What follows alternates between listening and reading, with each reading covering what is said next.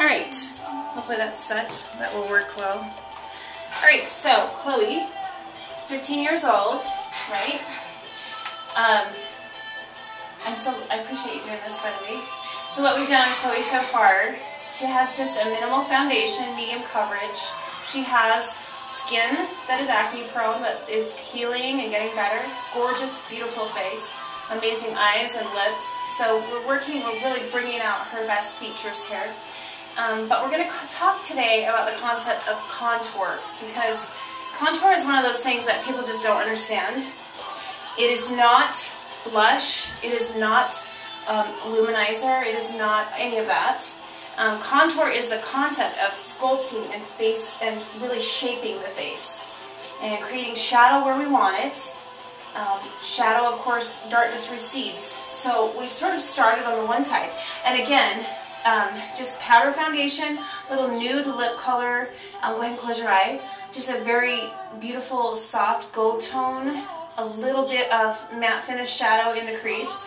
We did fill out her eyebrows just a little and lay down some brow wax, which I love to work with. Personally, brow wax holds the brows in place. So, the canvas is prepared. We want the focus to be on what we can do with the contour. So, little contour brush. This one happens to be Cinema Secrets, but I mean, I work for MAC, and I love all of their brushes. I have a ton of different types of brushes. This one's great because, as you'll see, is angled. So when I teach lessons, I sort of teach that you want to, if this were a cat, the tail would always be at the end. And so we want to lead with the head and end with the tail. So go ahead and suck in for me. We're going to find the natural shadow first. Sort of line up with where the eye aligns when it's looking straight forward. You're going to begin here. You want to hike back on your brush, actually. And we're going to build that shadow and actually just sort of working downward and up towards the natural hairline.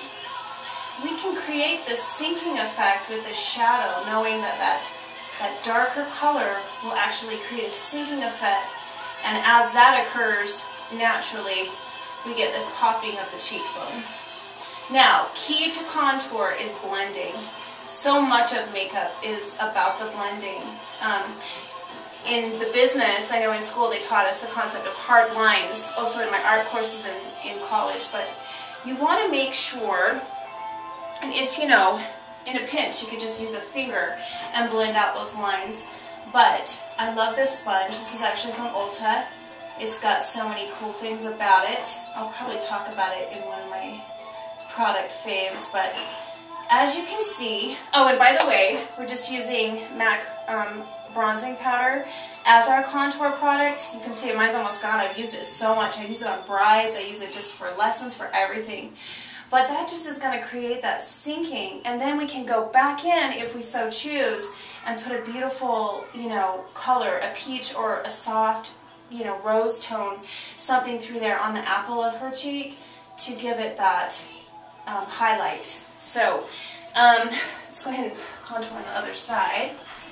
Starting here, and in the 80s we saw a lot of this straight up. I mean, I was doing makeup in the 80s as well, but what we want to do is just begin here and kind of work downward, and we're going to get that shadow right where we want it. And it's so much easier to take color away than it is once you've added it. It's just very hard to, you're going to do a lot of blending. So just really start out light-handed. A lot of beginning makeup artists that I meet, that's one of their biggest problems, is they're just way too heavy-handed. And I know that I was when I first started. So here we've got this sinking shadow, because this girl has got amazing cheekbones, actually. And that's the beauty of makeup, is it just helps us enhance what's already there.